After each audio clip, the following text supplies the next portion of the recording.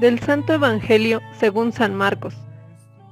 En aquel tiempo salió Jesús de la región de Tiro y vino de nuevo, por Sidón, al mar de Galilea, atravesando la región de Decápolis. Le llevaron entonces a un hombre sordo y tartamudo, y le suplicaban que le impusiera las manos. Él lo apartó a un lado de la gente, le metió los dedos en los oídos y le tocó la lengua con saliva. Después, mirando al cielo, suspiró y le dijo: Efetá, que quiere decir ábrete. Al momento se le abrieron los oídos, se le soltó la traba de la lengua y empezó a hablar sin dificultad. Él les mandó que no le dijeran a nadie, pero cuanto más se lo mandaba, ellos con más insistencia lo proclamaban, y todos estaban asombrados y decían: ¡Qué bien lo hace todo! Hace oír a los sordos y hablar a los mudos. Palabra del Señor.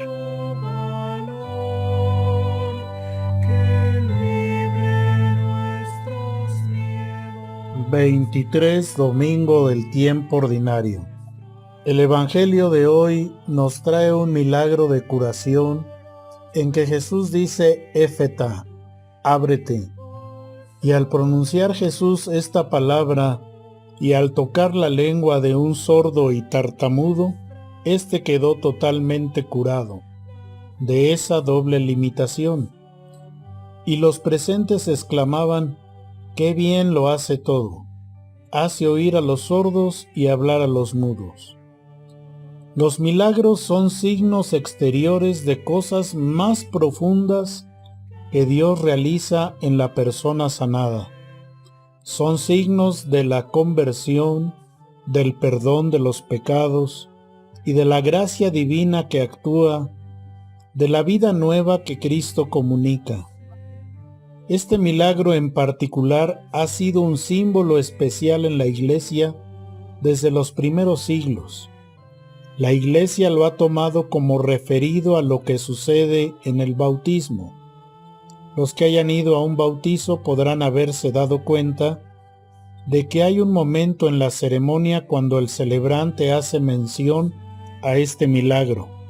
Así le reza al bautizado: el Señor Jesús, que hizo oír a los sordos y hablar a los mudos, te conceda a su tiempo escuchar su palabra y proclamar la fe. En efecto, el bautismo nos ha liberado de la sordera para escuchar la voz de Dios y de la traba en la lengua para proclamar nuestra fe en Él.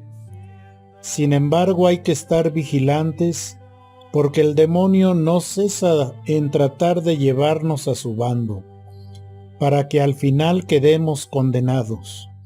Por eso trata de poner nuevas sorderas y nuevas trabas a lo largo de nuestra vida.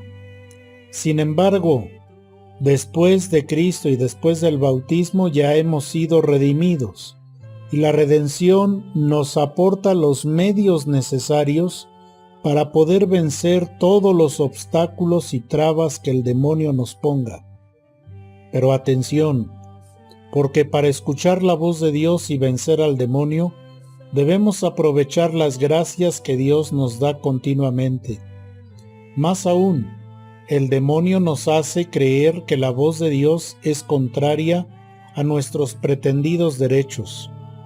Y si nuestros derechos nos vienen de Dios, ¿cómo creer que lo que Él nos proporciona como su ley o nos presenta como su voluntad va a estar en contra nuestra?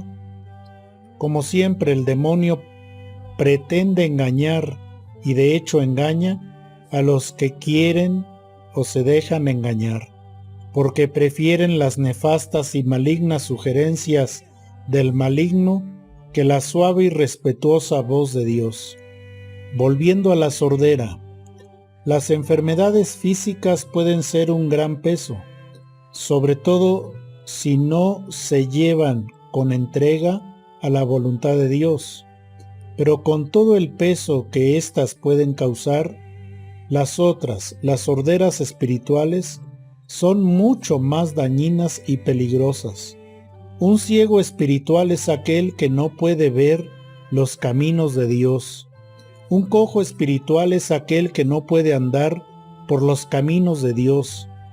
Un mudo espiritual es aquel que no puede proclamar su fe en Dios.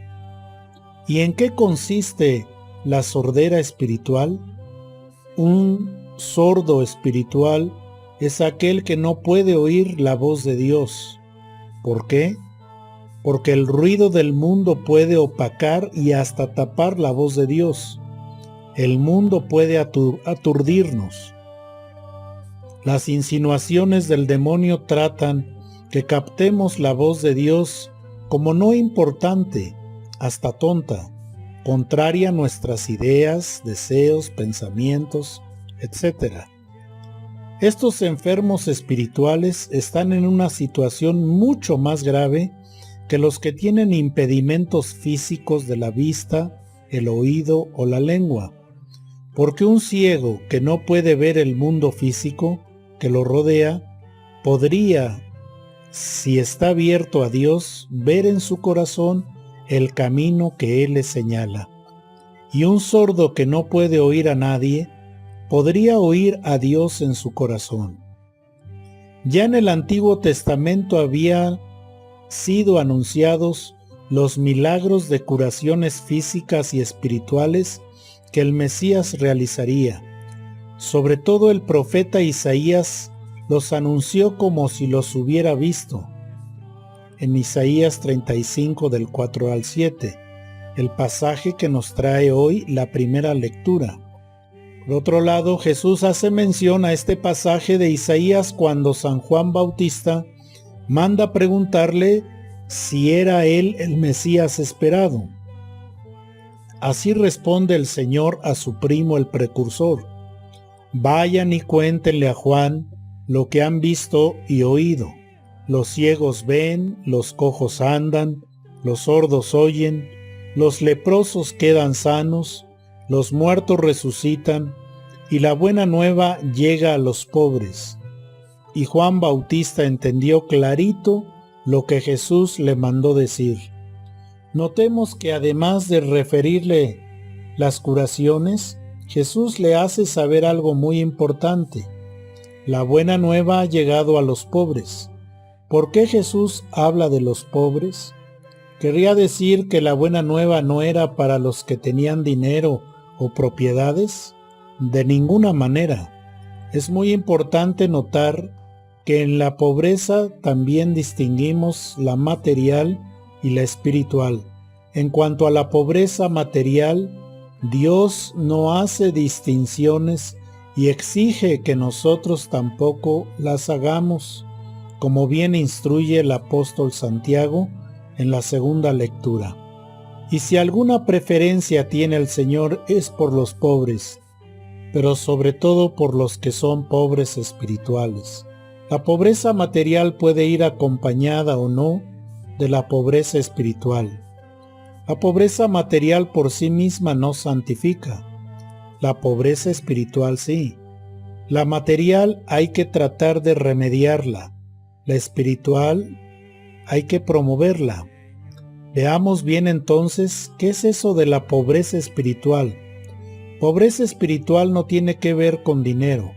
Pobreza espiritual es lo contrario a la autosuficiencia y al orgullo espiritual. Consiste en confiar en Dios tan plenamente que sabemos que dependemos de Él y nos consideramos absolutamente necesitados de Él, al punto de reconocernos incapaces. Sin Dios no nos capacita para cuanto debamos hacer. Consiste en estar convencidos que nada somos sin Dios. La pobreza espiritual es una opción de vida, de vivir desapegados a cualquier cosa material o persona. Es vivir en la verdadera libertad de los hijos de Dios. Jesús es el modelo de pobreza espiritual que con su amor y sencillez nos enriquece con toda clase de bienes espirituales. Hoy Jesús nos invita a todos a abrirnos a escuchar su palabra para ser testigos creíbles de su acción salvadora en medio de este mundo tan necesitado de su gracia. Feliz domingo para todos.